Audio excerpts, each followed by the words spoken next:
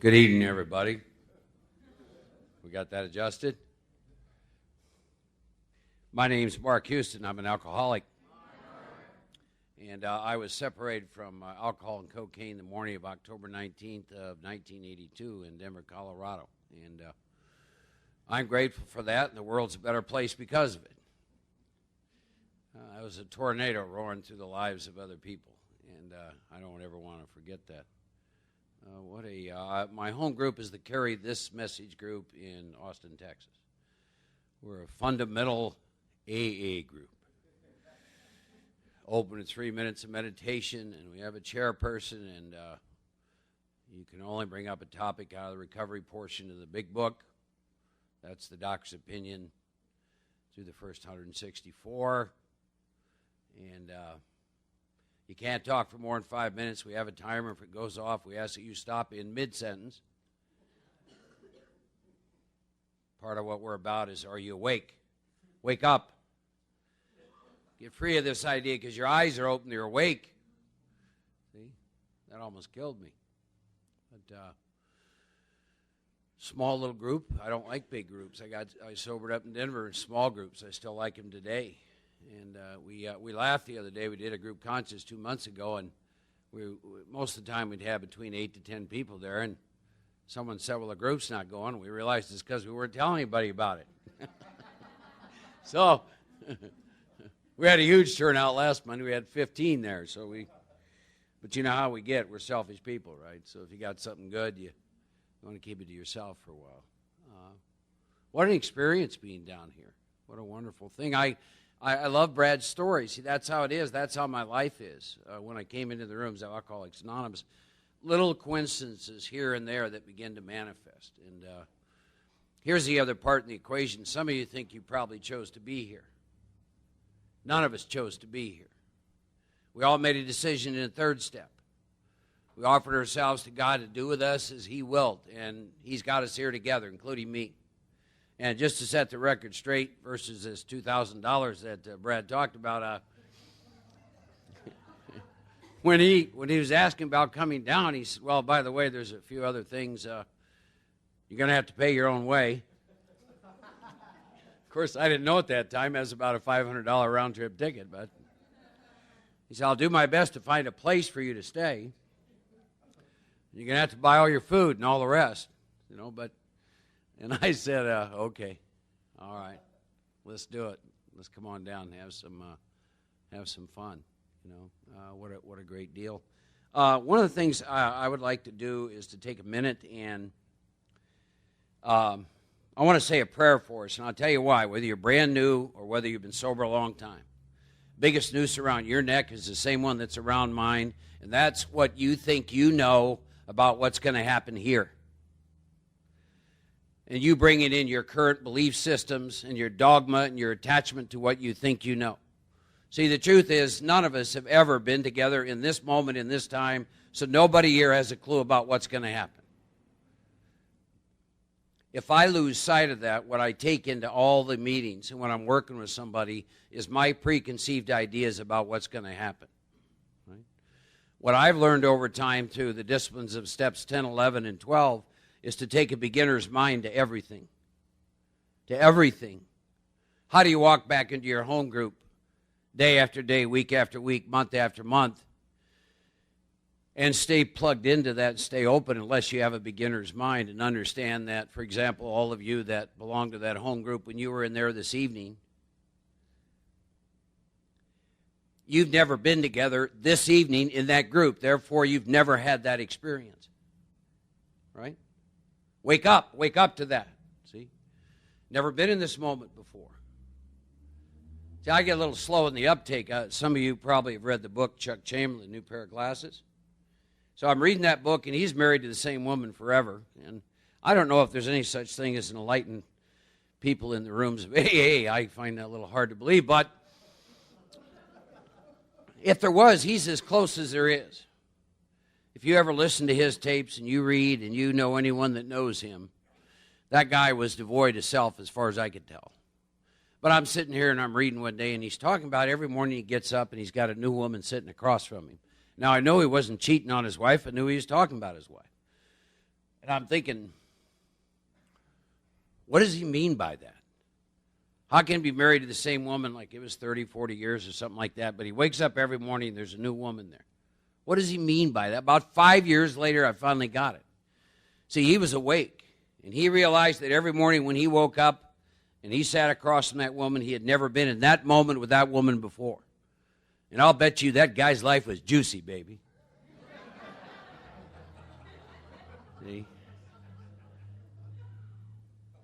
See, you get present, steps 10 to 11, this other work. If it swoops you into the present like it does me, Craig, here's the difference if you're sober for a while, you really work with the disciplines. He and I first get here on Thursday, and we're going for a walk. And he's got his head down, just going like a chihuahua, baby. He's moving. Now, I'm a lot more awake, and I've never been here before, and I'm going in slow motion, and CABO is swooping in. I can't even begin to handle it. He's turning around. What are you doing? Hurry up. And I go, whoa, man. Just right out of a Cheech and Chong movie, It's just, wow, did you see that? And the colors, and whoa. The ocean away, whoa. This bartender, I know he thinks I'm smoking reefer, He just sitting there, just looking, and the people and the colors, and just swoops in on you, And every day it's like that. See, what an incredible experience that is. Found my tribe. I was sent to you all. I call the rooms of AA my tribe. I've been looking for a tribe, and I found one. And everywhere I go, there we are. So let's take a minute, and if you'll join me in a prayer. This prayer for me came out of We Agnostics. If you've done much work with that chapter, you might have an awareness that the word prejudice is used in there a lot, 6, 7, 8, 9 times. And they finally beg us to lay aside our prejudice. And if you look up the word prejudice, it means preconceived thought or opinion. So out of that is I begin to work with a prayer that I use whenever I go to meetings, wherever I'm sitting down to work with someone, whenever I'm going to go back through the steps again. And it goes something like this. Our Creator, we thank you for bringing us together in fellowship and love. We understand that we're joined together as a spiritual body, and there's so much more going on here than we realize. Help us to set aside everything we think we know about the big book, the 12 steps, the program, the fellowship, in all spiritual things, especially you, God, so I may have an open mind and a new experience with all these things. Please help us see some new truth. Amen. I want to read something from one of the books I'm currently working with. For you big book thumpers who think I'm doing something sacrilegious, the 11th step says, be quick to see where religious people are right, make use of what they offer, and I do. 10th and 11th step gave me freedom to go out in the world and spend some time exploring all this incredible stuff out there. These books and Buddhism and monasteries and Christian mystics and all this neat stuff. See, I do a lot of stuff in the 11th step along with, but never instead of. Some of you may know people like I've known people who like to do religious stuff instead of the rooms, and most of them, based on my experience, get drunk. So some of my teachers got real clear with me. You do this stuff along with, not instead of. So I do. This is one of my teachers, a man named Anthony DeMello. It's called Awareness. It says on waking up, spirituality means waking up. Most people, even though they don't know it, they are asleep. They're born asleep. They live asleep. They marry in their sleep. They breed children in their sleep. They die in their sleep without ever waking up. They never understand the loveliness and the beauty of this thing that we call human existence. All mystics, Catholic, Christian, non-Christian, no matter what their theology and no matter what their religion, are unanimous on one thing, that all is well.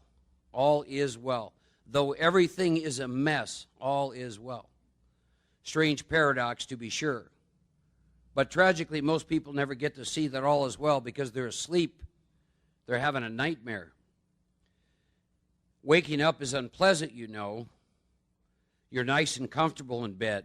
It's irritating to be woken up. That's the reason the wise guru will not attempt to wake people up. I hope I'm going to be wise here and make no attempt whatsoever to wake you up if you're asleep. It's really none of my business, even though I say to you at times, wake up. My business is to do my thing, to dance my dance. If you profit from it, fine. If you don't, too bad. As the Arabs say, the nature rain is the same, but it makes thorns grow in the marsh and flowers in the garden. When I was brought into the rooms in 1982, I had brain damage, kidney damage, and liver damage, and everything I owned fit in a duffel bag. And that's how I came to you. I ran it as long and as hard as I could. And alcohol was my master. I joke with people I work with about, if you don't want to do this, and I want to get clear with you all based on my experience what this is, and it's about a hell of a lot more than going to meetings, by the way. I tell them that, why don't you just go ahead and build an altar to your drug of no choice. Little play on words. I sit in meetings of AA and hear somebody say my drug of choice is alcohol, and I think to myself, well, then what are you doing in the rooms of AA? If your drug of choice is alcohol, choose not to drink it. If you're sitting in this room and you're an alky, your drug of no choice is alcohol. That's why you're in the rooms. My drug of choice is Excedrin. I buy it. I only take 2. It sits in the cabinet for 6 to 9 months. I don't mortgage the house and lose a relationship because of Excedrin. That's a drug of choice. Alcohol is my drug of no choice, which is why a lot of these slogans that you hear, which, by the way, are not in the book, things like, just don't drink, no matter what. Well, no matter what I drink.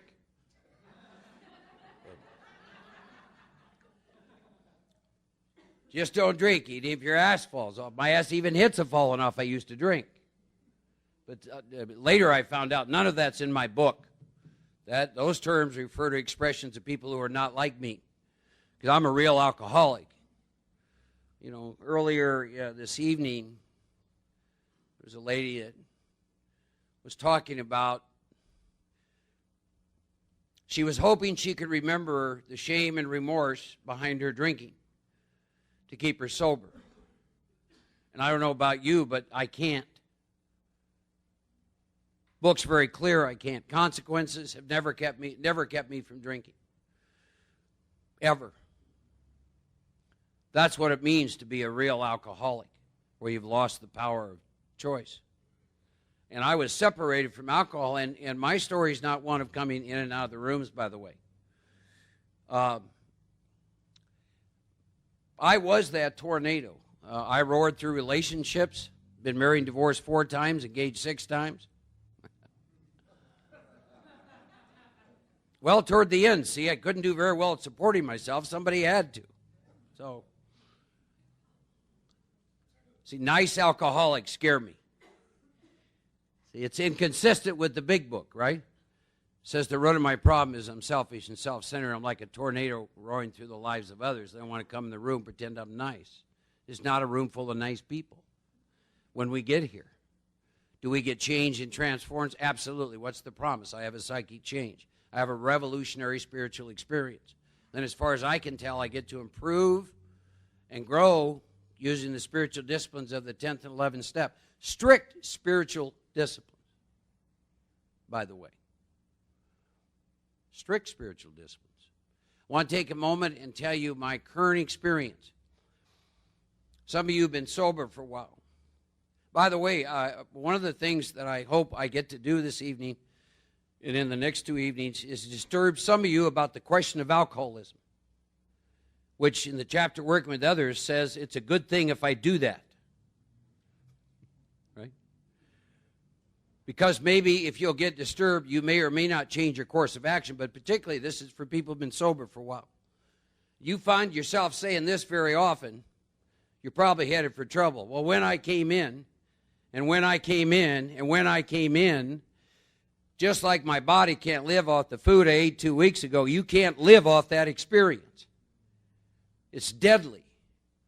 I got a guy at my rehab right now that had 23 years. when I came in, and I started asking him. So he picked up a drink. He drank for 2 years straight. He spent almost 2 months in a VA hospital because he had drank himself almost into a wet brain. So now his head's clearing, and I get to talking to him. He hadn't done anything with the steps in years, hadn't touched inventory, wasn't doing anything with the disciplines of 10, 11, living off an old experience. And he picked up a drink. I don't know if he'll ever come back. So what's my current experience? Every morning that I have been down here, I get up, and after a little coffee, I open my big book to Upon Awakening. And I read and I say all of those prayers out of my big book. And then I have a timer, and I'm doing a 10-minute meditation, and I do that meditation. Then all through the day, I work with the 10-step tools. What do I mean by 10-step tools? There's all kinds of them. Ask, turn, cease, sixth sense. How can I best serve thee? Thy will, not mine, be done. 11-step tool. Pause when agitated or doubtful. Many times throughout the day, thy will be done. And then when Craig and I go back and we're sitting in our room tonight, we're going to go to the big book and we're going to do our evening review and we're going to answer all those questions about our day. And I do all this, ladies and gentlemen, for one reason. The only reason I'm standing here up here sober, if you believe the book, and I do, is because I'm in fit spiritual condition, and those are the things that keep Mark Houston in fit spiritual condition. Not God. Is God a part of all that? Yes.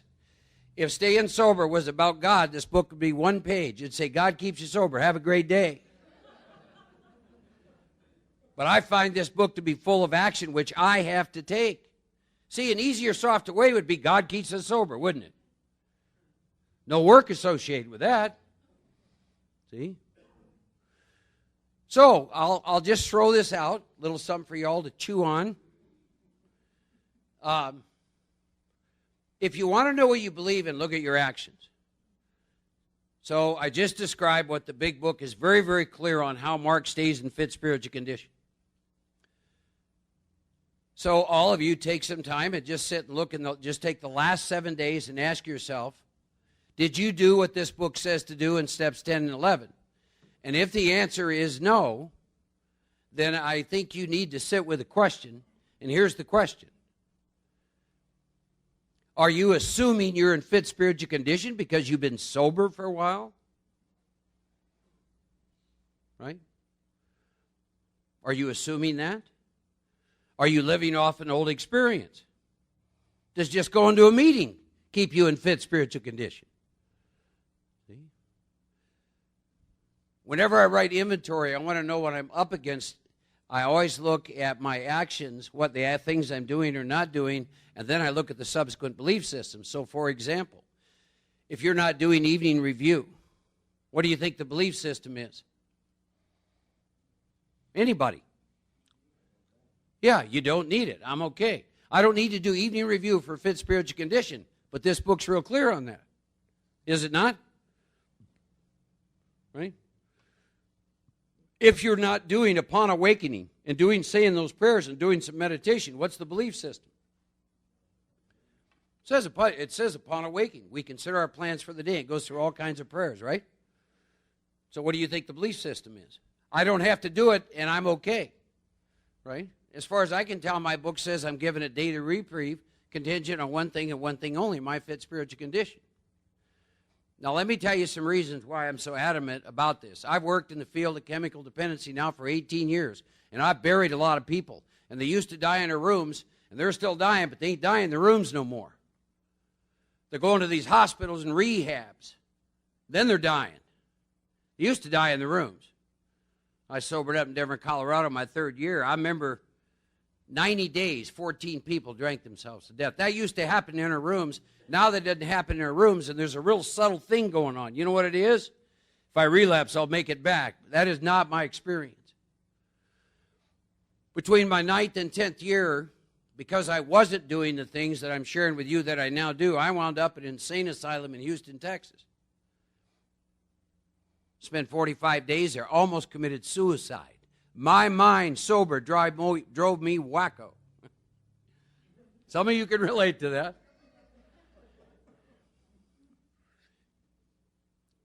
They wanted to assign all kinds of other labels to why I was in that place. But I know I was in that place. I was dying of untreated alcoholism, period. Stone cold say we're going to a lot of meetings, living off an old experience, dying inside from the disease of untreated alcoholism. You know, as far as I can tell, I'm either growing or I'm going. And there is nothing in between for a guy like me. I got to come at my spiritual life the same way I came at vodka, and I was a mad dog. I didn't care about anybody or anything, and I did worship vodka, and I mean that. And if you're sitting here, the same's probably true for you. Did we sit and say, oh, I love my children? Really? Did they go to rehab with you? No, you didn't. See, all you got to do, look at your actions as to what you love. As far as I can tell, there's three things I have deeply loved in my life. Myself, vodka, and God. And everything else just fit somewhere in there. 20 years, booze. Booze, altar, worshipped at the altar of booze. You know why I know that? I broke the hearts of every human being who ever cared about me because I went where booze told me to go. I may as well got up every morning and said, oh, King Alcohol. Name of the, right? Do with me as you wish. Because it did. Right? Alcohol didn't care about those wives I had who I loved. I'm not a bad man. I was born and raised in Iowa. I was raised with good values, Norwegian people. I know the difference between right and wrong. I know what it's like to honor a relationship. And I took a drink of booze. You think booze cares about that? Not hardly. She looks good. You think booze cares about career? I don't think so. They won't find out. Right? Rapacious creditor was the term, but I really realized one time in reading the big book that alcohol was my master, and I got that. I got what I worshiped at the throne at. And then I had those first 9.5 years, and don't get me wrong, I had some good years in there. But I rested my laurels, and I lived off an old experience. And if I could save anybody in this room that experience, I'll do it. So I'm tired of burying alkies, particularly alkies who get some time and pick up a drink. Because what you're up against is the progressive nature of alcoholism. And if you think you're sitting in this room and you get 10 years and pick up a drink, it's like before then, you are wrong. You're up against yourself. Big time. Drank for 20 years. Got separated from alcohol by this power, this God. Along the way, I got drafted. I spent 13.5 months in Vietnam. Period of years, went in the corporate world. I drank all that up. Had a couple of brothers back in Colorado. They were entrepreneurs in the drug dealing business. Since my resume no longer fit other places, I decided to join forces with them, so I did that for a couple of years. That's not what I went to college to learn, by the way, but alcoholism turned me into something I'm not. But it became a normal way of life. I can't separate the true from the false. I think it's normal to carry a gun in the boot, and drink and fight and chase women and act almost sociopathic. Matter of fact, when I had my real first step experience, I got excited to finally found out what was wrong with me, which was I was an alcoholic with a craving of the body and obsession of the mind. The reason I was excited, it finally gave me an answer to behavior that looked very sociopathic, psychopathic. And I don't know if you know, but you can't treat either one of those conditions. So when I found out, I can give you a lot of examples. I'm living with a gal in Denver, Colorado. She has a young child. I go to the store to get milk. I go to Bennigan's. I take a drink. 7 days later, I wake up in a mobile home in Jackson Hole, Wyoming, which is 800 miles away. That was not where I planned on going when I left Aurora, Colorado. And then it's weird because I didn't have a clue where I was. And I'm looking out this window, and there's this woman. I've never seen her before. None of this landscape looks familiar, and she has mail there, and I see I'm in Jackson Hole, Wyoming. No recall of how I got here. And I had stuff like that happen hundreds of times. I'm up in Alaska. My grandmother dies. I want to go to a funeral, and I get on the plane. 6 days later, I wake up in a hotel in St. Louis. Missed the funeral. Didn't want to miss the funeral. I wanted to be there. I love that woman, and I didn't know why. And you have that stuff happen enough at some point in time, you really start asking yourself some questions about what is wrong with me. And that big book said, I'll tell you what's wrong with you. Mark, when you take a drink, it takes you. Wow. That's right. That line in there, it explains many things for which Mark could not otherwise account. Wow. What a great thing. Now I know why I did that. That didn't make me any feel better about it, but at least I had an explanation, right? See, that incredible first step experience. First 33 pages of the big book are divided to asking one question. When I take a drink, do I lose power, choice, and control over how much? Period. Every year I rework the first 9 steps. I'll tell you why. Because I fall asleep sometimes. I'll do my evening review. Craig and I did it last night. Were you resentful? Yes. Now here's what I haven't done. I did have a resentment last night. I haven't written a 4-column inventory on it yet, though, and I haven't done a 5th step, and I haven't done 6 and 7 and 8. And what will happen in the course of a year's time is I have this stage character I call the spiritual man that likes to think he's so evolved he hardly ever gets resentful. He's such a good member of AA. And he shows up sometimes and, you know, oh, you don't resent him, Mark.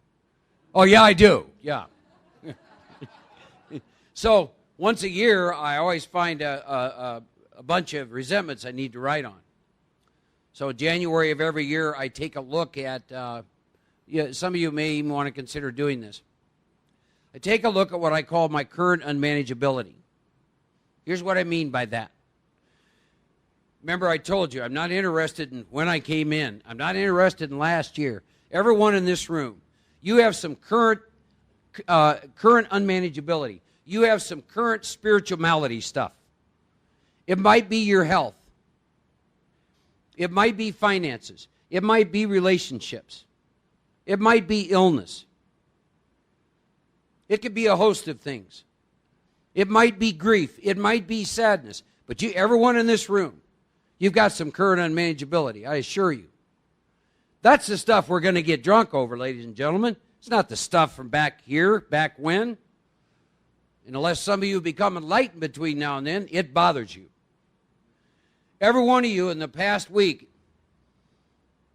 have had the same fears cycling through your mind, that interior dialogue. So I make a list of my current unmanageability. I'll give you an example of some of mine. One of them is my physical body. Currently not smoking, thank God. It's been a tough one. Serious addiction to nicotine. I want to develop a lifestyle for the next 30 years of my life, and smoking 2 packs of Marlboro Reds a day doesn't fit that, if you know what I mean. Is that something I can drink over? Yeah, I got a guy, a pal of mine I've known for 10 years. One time he wanted to be a monk. Got throat cancer. 7 years sobriety, went on a rip-roaring drunk. Drank for 2 months. Just got through doing chemo. 2 months of chemo. Had to bring him down into my rehab. Can you drink behind illness? You bet you can. Current unmanageability.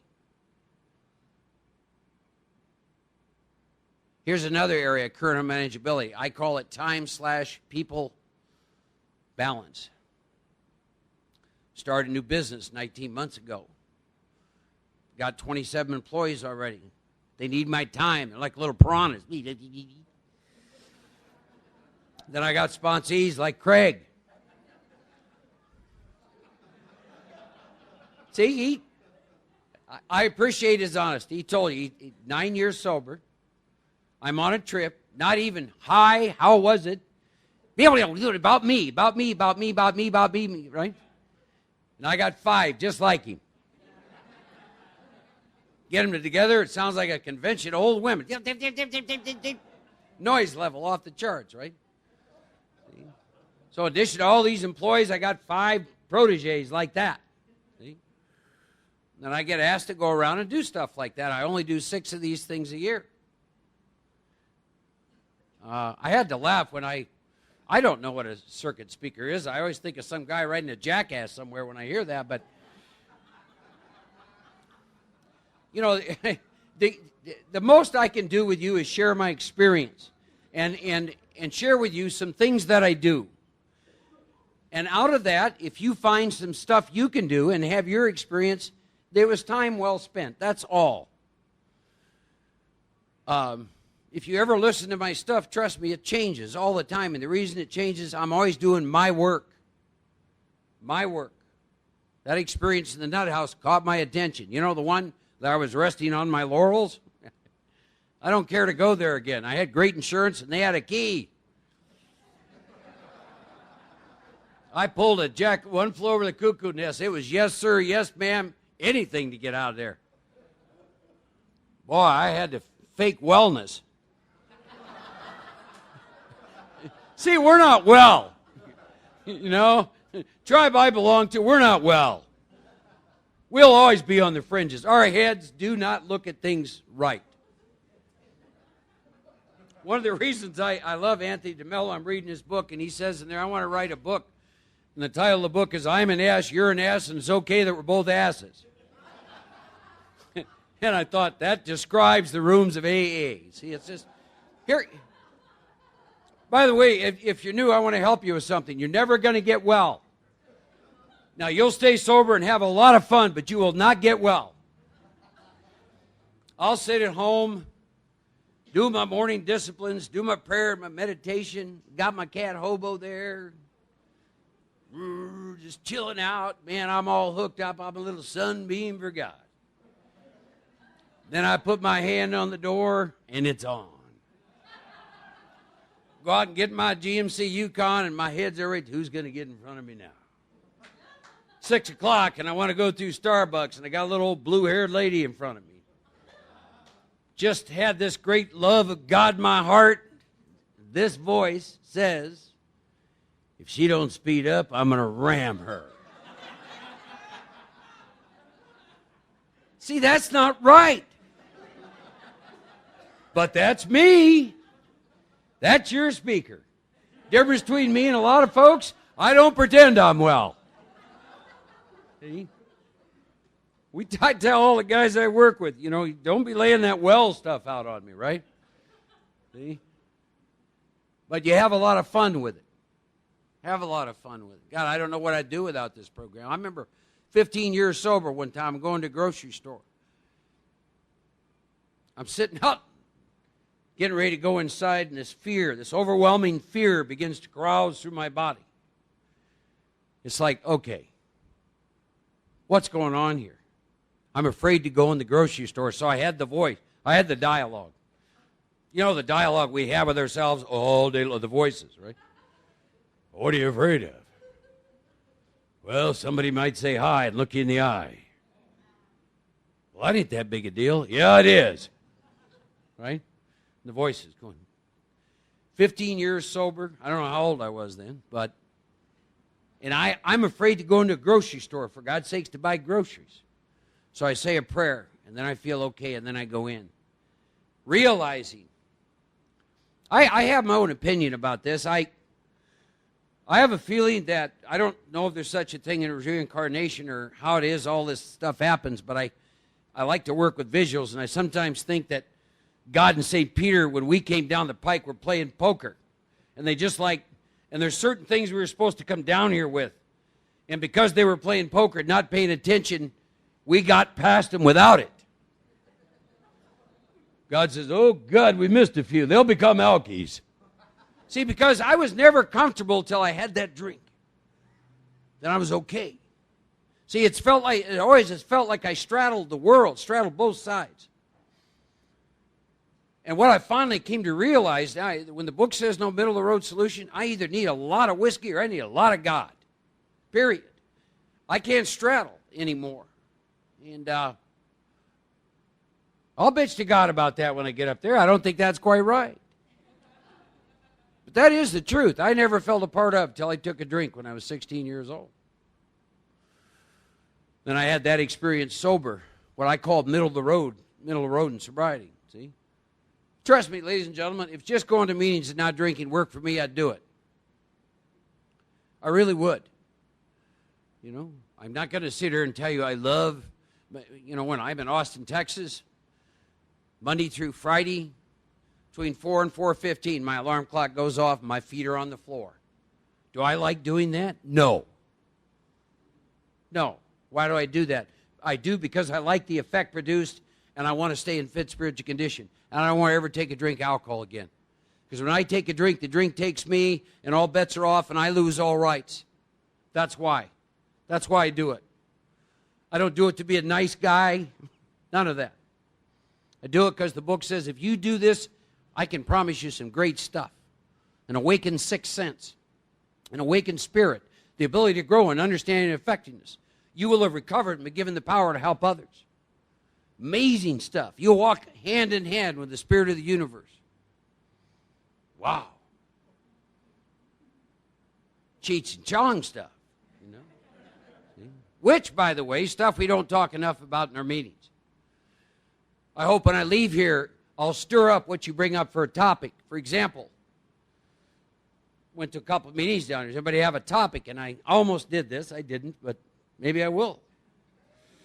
Yes, I'd like you to share your experience with your new sixth sense. That's in the 10th step, by the way. Do the work in the first 9. Face and be rid of that which has you blocked from power.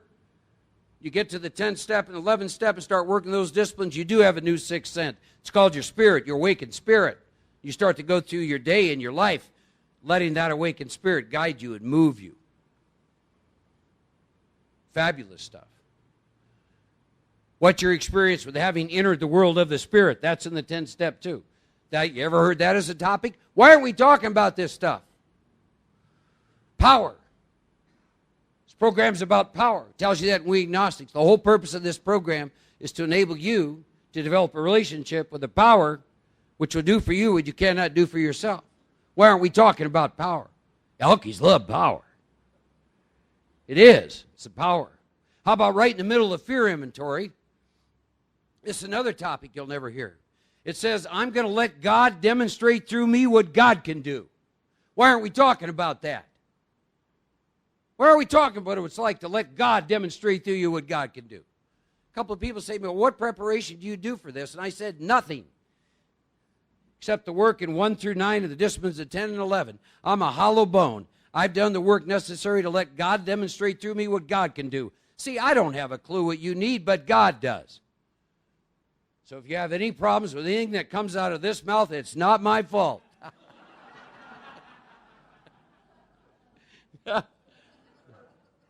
But see, all this is in this book. Credible stuff. Oh, you just don't drink, go to meetings. No. A life beyond your wildest dreams. Rocket scientist stuff. Great stuff. See? You wake up to all that. You take that into your life. Take that into your relationships. Take that into your careers. Take that into every area of your life. Take that kind of power. We agnostics, be an intelligent agent, spearhead of God's ever-advancing creation. What does that mean? Well, I think it means intelligent agent, spearhead of God's ever-advancing creation. See? All my troubles are my own making. Most powerful, one of the most powerful statements of hope in the big book. Why would I say that? Why do you think I would say that? Big book says, all my troubles are my own making. Why is that a great thing? What if your troubles are of somebody else's making? They got to change in order for you to get well. Right? I've done a lot of work with the 4th step, 4th and 5th steps. Matter of fact, I got some inventory. I'll be reading some of it, 2 or 3 pieces, while I'm down here. I read that to the men I work with. I'm accountable. See? If you get your sense of self outside yourself, you're in trouble. Because then something outside you's got to change, get better in order for you to be okay. It's a horrible way to live. I get my sense of self right here. You can add to me, but you can't take nothing from me. Do you hear what I just said? See, because all my troubles are my own making. Everything in my life is on loan. It's all a gift. It's on loan. Living in a world of impermanence. Don't know how long it's on loan. And if it turns to me one day and says, I'm gone, God bless you. Go in peace. Turn to the next one. What a great way to live. From that position, you can love. All my troubles are my own making. Wow. What amazing stuff. I spent years drinking because my troubles were of your making. And I'm trying to arrange my life. If Mark's arrangements would only stay put, if only people would do as Mark wished, the show would be great. Right? Listen to some gentlemen read some inventory today. Probably tomorrow night. I want to spend some time talking about the fourth and fifth step. My experience over the years, and I've worked with a lot of people, a lot of varying lengths. Right now, I'm sponsoring a woman. She's 44 years sober. Been sponsoring her for 10 years. When she came to me, she was one of the, doing a lot of speaking, yada, yada, yada. Nobody would say anything to her, and she was dying of untreated alcoholism. She almost committed suicide. Alone with the most sobriety. She heard a tape when I talked about almost taking myself out of here. She called me. Took her through the steps, writing inventory. Tell you, doing a fifth step with somebody that long sober and I got less time was like dancing with the devil. Unbelievable. Pulled her free of that. Pulled her free of that. Incredible. Woman's in her 80s and more vibrant and alive than anyone I know. Fabulous stuff. Doesn't matter how long you're sober, you get trapped by this stuff. See? So we're going to talk more about the fourth and the fifth step. What that's about. I believe in writing a lot with inventory. Why? Because my ego is as mysterious and powerful as God himself as far as I'm concerned, and I can't defeat my ego. It takes the best of us. So that's why you do fourth and fifth steps. I started to tell you my current reality. I mentioned the unmanageability. But you might consider this as an exercise. Is make a list of your own current unmanageability. The stuff that's rubbing up against you. Make a list of your current fears. I'm not talking old stuff. I'm not talking like the fear inventory itself. But all of us in this room, I would say in the last week or two, you have reoccurring fears running through your mind, don't you? That list may be 6, 7, 8 of them. That's what's rubbing up against you today. Then you walk into the meeting, they say, how you doing? You go, I do just fine. Wake up. On the one hand you are, on the other you're not. Right? See, I had 9 fears.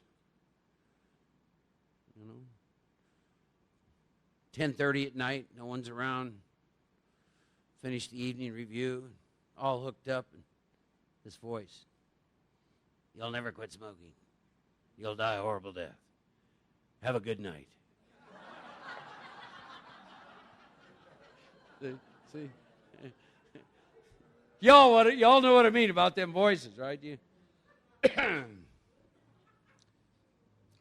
We'll have a little fun. I want to introduce you to your host of characters, if I can. This morning, when you all got up, within about 5 or 10 minutes, imagine that you had a table. Imagine there's chairs. And you all had internal dialogue going on this morning, right? The voices. Some of you perhaps think that is a singular voice. It is not. I'll introduce you to my voices. You can identify your own. The voices are a combination of the different things you have going in your life that you think identify who and what you are. So, here's some of mine. We have the spiritual guy. We have Mr. AA. Those are 2 different guys, by the way. Mr. AA, if you don't follow the group conscious, he's going to be in your face. The spiritual guy, he's all forgiving. Different guys. We have the jock, right? Got a jock in me. We have the present owner of my company. He's in there. We have the sponsor. We have the pal. We have the boyfriend. We have the author. I've always had a Rambo in me. He's in there. And I would say for the most part, that's pretty well my host of characters. And all those different identities. Well, as you well know, if you walk up to somebody and just meet somebody, what's the second or third thing out of your mouth? What do you ask them? What do you do? Like that has anything to do with anything, but we're all asleep, dreaming we're awake, so we just do that. What do you do? You know? By the way, if you want to mess with people in that area, just look at them and say, I breathe, and you? They don't know where to go with it. But here's what happened this morning. I get up. Oh, obviously there's a caffeine addict in there because he says, get the coffee going. So I'm not smoking, so I didn't have to listen to Nicotine Man. Oh, I've been up against a new guy. I got this guy with me. He's on vacation. So the AA guy says, well, you're going to give a talk tonight, so you know you got to do the disciplines, otherwise you're a goddamn liar. So get the big book open. The guy on vacation says, no, we've got 100 pages left in that novel, damn it. We're on vacation. We want to read now. I haven't even used the bathroom, right? Walk 10 feet. The jock. We got to work out. We got to work out. If we don't work out, you're going to get fat. Now I get over at the coffee pot, and I'm making the coffee, you know. Spiritual man, oh, isn't this fantastic? Boyfriend, he had some shit to say, just incredible. And I have fun with all this, but there was a time that all those voices and all those identities, I really thought was me. Let me explain the problem with that. That's where all your inventory comes from. Any of those, for example, I'll give you some example. Let's say that in my last inventory, I wrote on 3 past employees. So if you have a businessman and you're an owner of a company, what does he need to exist? He needs a company. He needs the company to be successful. So anything that happens that hurts, threatens, or interferes with that, he's fighting for his life. So he wrote inventory. I had a couple of my friends who didn't do what I wanted. So the friend wrote inventory. A couple of my sponsees didn't do what I wanted. The sponsor wrote inventory. What's the sponsor need to be to exist? Needs sponsees that toe the line. Right? See, now I have a lot of fun with this, but I got to tell you, there were at one time, you know, there's another book that said, wear the world like a loose garment. I really know what that means. I live in a world of impermanence. I'm in the world to play the role that God has assigned, but I don't get attached to the role because it could end just like that. I've listened to some Fifth Steps lately. The one in particular is this relationship dynamic, where a relationship ends. So imagine the role that you're in is on Broadway. Show's over. Guess what we do? We go back to the theater. No one there but us.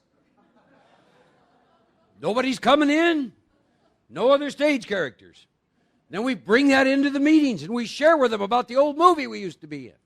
Right? No reality to it anymore. But we give it, except what we give it. You see what I'm saying? I do a thing I call theater of lie. I'll tell you why I want to spend some time with you on this is at somewhere around that 9.5 years when I had gone to work, when I got sober, I went to work for a company working 60, 70, 80 hours a week sometimes, and that job ended a year later because most of my identity came from that job. I almost committed suicide behind that because my identity was tied into it. How many of you have had relationships end and had a broken heart? Well, you know why? You're getting your identity through the relationship. See, what do you need? What does a boyfriend need to be to exist? Needs a girlfriend. Girlfriend says, "Thanks, we're done." Peels off. She didn't just break up. She said he doesn't exist. He's fighting for his life. Big Book says, in that state, the wrongdoing of others, fancy real, has the power to kill. This is real stuff. This is the tragedy of the ego. But I have fun with it, like Craig and I, right? You know, Craig will say, "Oh, I'm mad." They'll say, "Who's mad?" Which stage character's mad? You see, you start to have fun with yourself. Quit taking yourself so seriously. See? Like Brad, he has a penchant for drama sometimes. See? Like you guys brought that up. I said, what? He was actually late for a meeting. Can you imagine what Mr. AA said to him? Can you imagine what that voice said? "You SOB, you've been telling people for years never be late for a meeting, and now you're late. You just gave them carte blanche to be late all the time, you idiot. All your teachings are gone in the wink of one eye."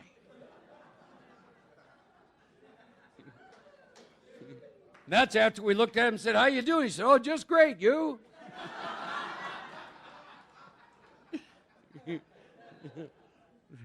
Heaven forbid a sponsee come up and said, "Well, I think I need to end this relationship." See, what's the sponsor need to be to exist? Needs sponsees, right? Fighting for my life. See, you can't. It's a horrible way to go through life. How are we doing on time on the recording? Hello? Time? Say what? 10 minutes? 20 minutes. Okay. All right. I don't want to go over. Brad said he'd shoot me if I did. So, let's go back to this. Look at your current unmanageability. See if there's fears that you're up against. Current stuff, not old stuff, ladies and gentlemen. Current. Right? Get current with your life. Then you get to take that into chapter 2, we agnostics. Here's another little list you can make. Make a list of your current agnosticism. Some believer's sphincter muscle just went, bonk, bonk. What do you think I mean by current agnosticism? What do you think I mean by that? Any speculations? Bingo. Where God isn't. One hint would be those fears. There's no God. Current agnosticism. God and agnosticism cannot exist in the same space. By the way, don't fall for this. Some of you, I'll bet, think because you tell me you believe in God, you do. Here's the valid question. Are you living your life as though you believe in God? See, your ego will trick you, your mind, right? I love Eckhart Tolle's definition of ego. A mind-made false sense of self. Where my mind tells me where I'm getting my sense of self from. And one of the great tricks is I tell you that I believe in God. See? We agnostics gets real clear that this is about knowing God. This is about gaining access to God. This is about an experience with God and has little or nothing to do with believing in God. What a great gift we're given through this process of the steps. And it's not belief, it's knowing. It's a revolutionary spiritual experience. Make the hair in the back of your head stand up. Knowing God, big difference. Huge difference. So when I go back through the steps again, I take a look at my current agnosticism. Because if I got some, you all got some. And I look at my fears, and I look at some of that unmanageability, and I bring it into the second step again. two parts to that second step. Am I willing to believe there's a power greater than myself that can take me past here? Here. You all understand what I mean when I say here? Everything I think I know, all my belief systems, all my experiences, is there more past here? Are there dimensions of joy, wonder, love, service, pain that I know nothing about? Am I willing to believe that? Yes, otherwise God is finite. Yes, I'm willing to believe I can be taken past here, into dimensions I know nothing about, into experiences I know nothing about. I'm willing to go for that. Yes. See? I love we agnostics. Don't try and define or comprehend the power. Today I have no concept of God. I was stripped of it. It's like a wave's a part of the ocean. It has all the properties of the ocean, but it's not the ocean. That's kind of like how I feel I am with God. I have all the properties of God, but I'm not God. Yet I have all the properties. And beyond that, I don't know how to explain it. But all's well in my world, always. All is well.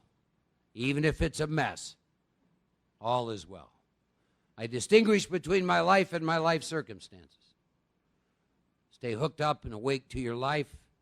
Take that into an ever-changing life circumstances, this world of impermanence, which we hate because we're fear-based. See? That sense of conscious separation Chuck C. used to talk about. The more you feel separated from your true self, God and others, the more you will be afraid. That's how you'll go through life. No authenticity to that. No authenticity. Your insides and outsides do not match. Big Book talks about we present to the world our stage character. Right? Second step, another piece. Faced with a self-imposed crisis. Here's my self-imposed crisis. I'm in my 26th year. I'm up against me. That's my self-imposed crisis.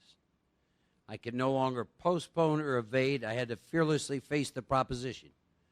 God is everything. I'm going to place all this under God. Again, all this new stuff. What is my choice to be? And I sit with that. See? I sit with that. And then I make that choice. I'm going to do it. Now, that choice for me is going to thrust me into my third step. Been sober for a while, there's a great exercise. You get done with the ABCs and you're starting to look at your third step. There's a requirement you and I have to meet before we make our third step decision. Do you know what that is? Am I convinced that my life, 26 years sober, ran on my will, cannot and will not work? Stop and you sit with that. And I like to take a look at where I'm trying to run my life and my will. If any of you are struggling with that, just ask some of your friends. They'll help you. Or your significant other. Listen, honey, I'm 25 years sober. I just thought I'd ask you a little question. I'm sure you don't have much to say, but I'm examining whether or not I might be running any areas of my life on self-will. You know, and if they say pull out a notebook, you know you're in delusion, right? But you can sit and look at that and you can test that. I did that. Ask a few of my employees. They said, yeah, you can be that way at times. Okay. Ask some of my pals. Yeah. Okay. Get it? And then the book spends a page and a half describing what it looks like when you and I run our life on our will. If our arrangements would only stay put, if only people would do as I wished. By the way, do as I wished also means how you act. See? When I listen to fifth steps or when I read inventory, visualizations work well for me. And when I'm working with this third step stuff and fourth and fifth step, I like to imagine myself in a little amphitheater like this. And it's bowl-shaped. And then at the front is a stage, and there's this big throne chair, and my ass is parked in it. And all the people that are in my life are sitting in this amphitheater.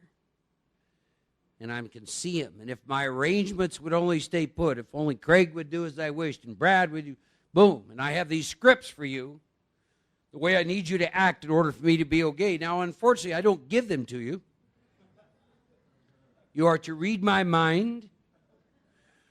And I'm going to get my complete sense of self from scripts I've never given you.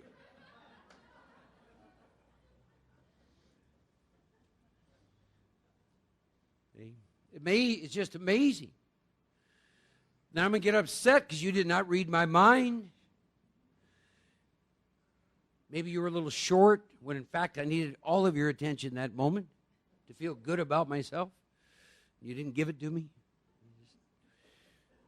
It's just amazing. And you sit and you look at that and you go, oh my God, what a horrible way to live.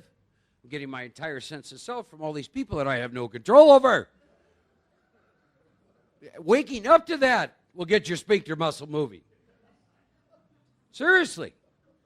Most people, when I start working with them, have no idea they're placing their entire life. Well, here's how it looks. It'd be like, let's say that Brad was that way, right? Then if I wanted to know how Brad was feeling, I would just call all of his friends. I wouldn't even have to bother calling Brad. See? I'd just call his friends. Say, Robert, how are you doing today?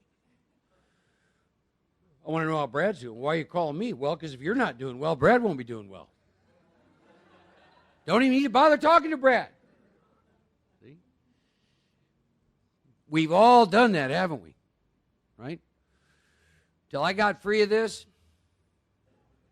Hell, that last marriage I was in, if you wanted to know how I was doing, all you had to do was call Carla. Say, how you doing, Carla? Not good. Thanks. I'm going to stay away from Mark.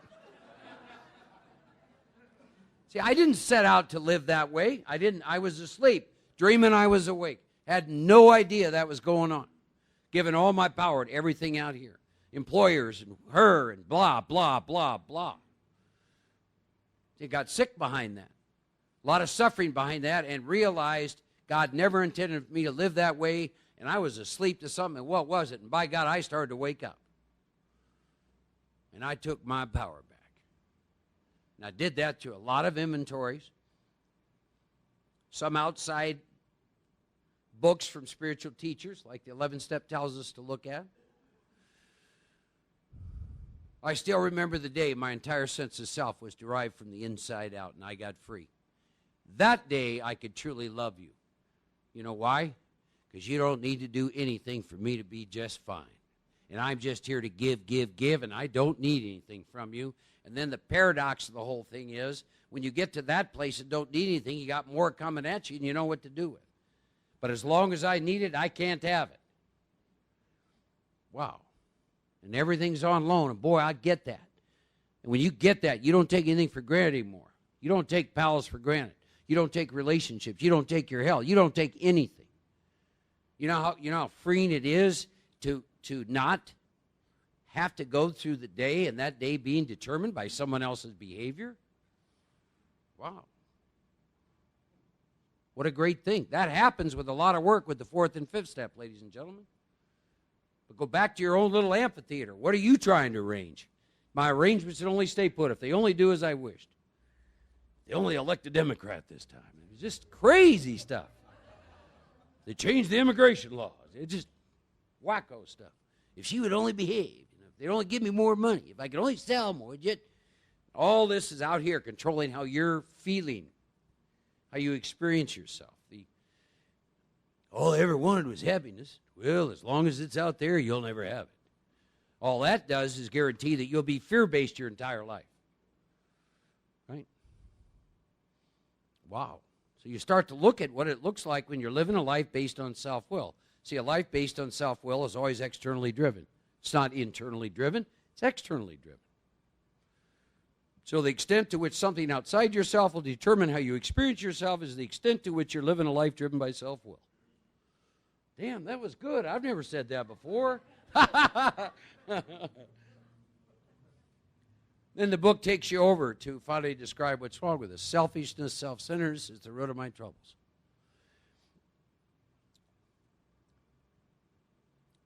When I experience myself in that setting that I told you about, here's what happens. Where I'm getting my sense of self out here. Book says, when that goes on, I will be driven by 100 forms of fear, self-delusion, self-seeking. I mean, I'm going to look at all you, particularly when you're not doing what I want, and I'm going to pick one of those tools, fear, self-seeking, self-delusion, self-seeking, and I'm going to use that tool to attempt to coerce you to change so I'm okay. So I go through life being driven by 100 forms. And as a result of that, here's what I do. I step on the toes of my fellows, column 1. And they retaliate, column 2, and they hurt me, column 3.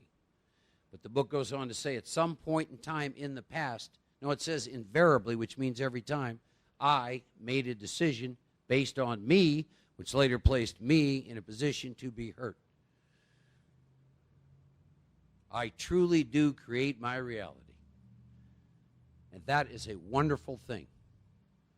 And then it follows that with all my troubles are my own making. If you don't get that, you can't get free. See, I'm so glad I know that. All my troubles are my own making, nobody else's. Then a couple other lines, which we also don't discuss in meetings, it says, doesn't say quit drinking at this point. You know what the book says? Matter of fact, as far as I can tell, past page 23, the book doesn't talk to you and I about drinking. The reason is simple. If I never have an obsession of the mind to convince me to take a drink, I'll never experience a phenomenon of craving. Therefore, my main problem centers in my mind. Unfortunately, I need a spiritual solution to treat the main problem centers in the mind. That's why very little of the big book is occupied with drinking, because that's not the problem. Matter of fact, they tell me it's a symptom. What's the problem? I'm discussing the problem. Selfishness, self-centeredness is the root of my trouble. That's the problem. And then the book goes on to say, above everything, what does that mean? It says, above everything, I must be rid of this selfishness or it kills me. Why don't we bring that up as a topic in meetings? I don't know what you all feel, but I think the words "it kills me" are fairly significant. I think we should probably talk about that a little bit more. What is it? Selfishness. It will kill you. It's why you drink. Do you all understand the connection between your selfishness and drinking? Anybody who doesn't? You wouldn't answer anyhow. Here's the connection. If I'm consumed with myself, the world's got to present itself in a certain way for me to be okay. What will happen is that won't happen that day. She won't act the way I want, the job, whatever. And then what happens is then I begin to get diseased. I begin to get resentful. And now I begin to get blocked. And if you pile a few of those up on top of me, and then you kick fear into it, and now I'm completely blocked, at some point I have a voice that would say, you know, you never have during Corona. They got a lot of that shit down here. Besides, Mark, I'm here for you, buddy. I know it's been a long time, but I'm still here. I made all this go away. And if I'm not in fit spiritual condition, I'm going to believe that, and I'm going to take a drink. And then I'm going to activate a phenomenon called craving, and once I take a drink, I don't know where it's going to take me. That's the connection between your selfishness and dying an alcoholic death. That is what we're in the rooms for, to die the death of self. By the way, another topic never talked about in the rooms. Fascinating topic. Right before I make my third step decision at the bottom of page 62, it says, with God's help, you and I can be entirely rid of self. Why aren't we talking about that? Do you think they meant entirely rid of self? No, just a horseshit line just thrown in there. Yeah, they meant entirely rid of self. I've known some men and women sitting in the rooms who are entirely rid of self. Some of you probably know some. See? Amazing people. Entirely rid of self. All they do is love, love, love, love. Don P. spoke the night before he died. last 10, 15 years of his life, you'd look into his eyes. It's like looking into an ocean. See? He was entirely rid of self. It happens. See? Oh, just don't drink and go to meetings. No. Oh, my God, is there more? See? Beyond our wildest dreams. Beyond our wildest dreams. The depth and weight of what is available to us in the pages of the big book of Alcoholics Anonymous. No end to it. Oh, I'm bored with AA. Really?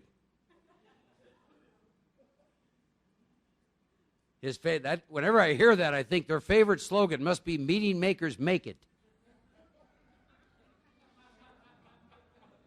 Let me help you with that. Meetings do not bring about a change in my interior condition. I may have a little epiphany.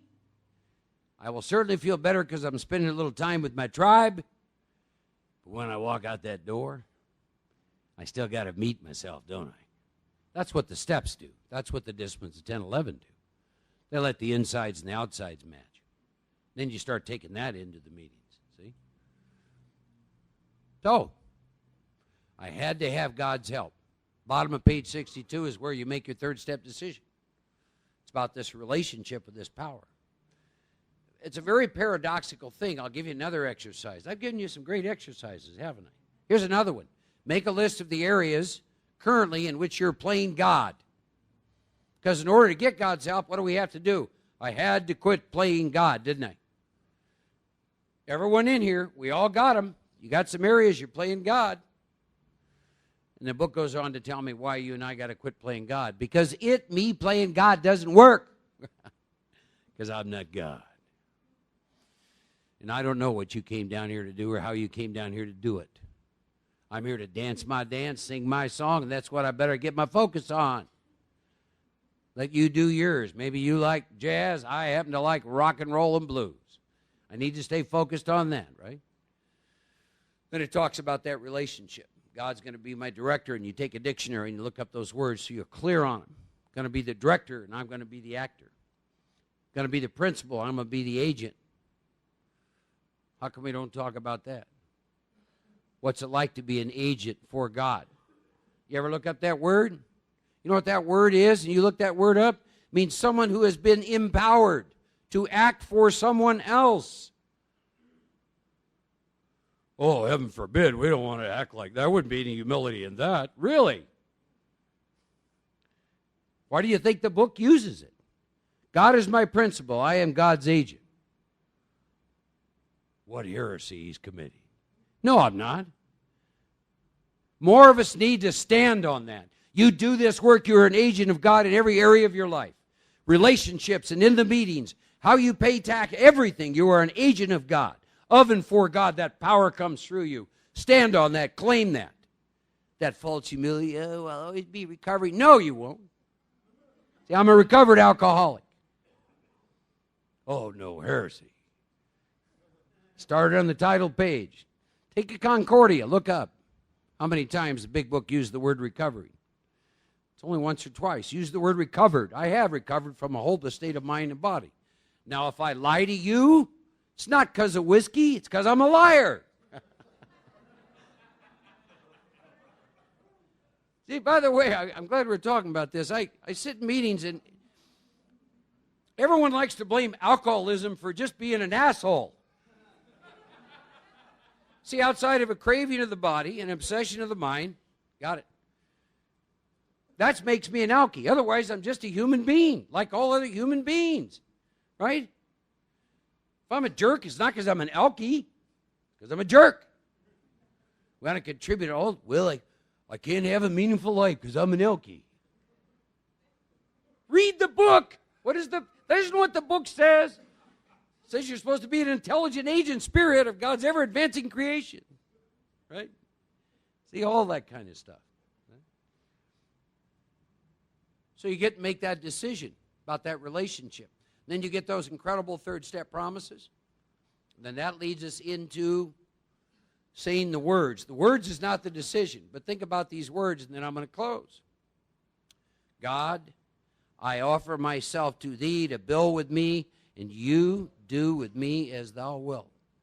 Relieve me the bondage of self, that I may better do thy will. Take away my difficulties, that victory over them may bear witness to those I would help of thy power, thy love, and thy way of life. May I do thy will always. God bless you. I'll see you tomorrow night.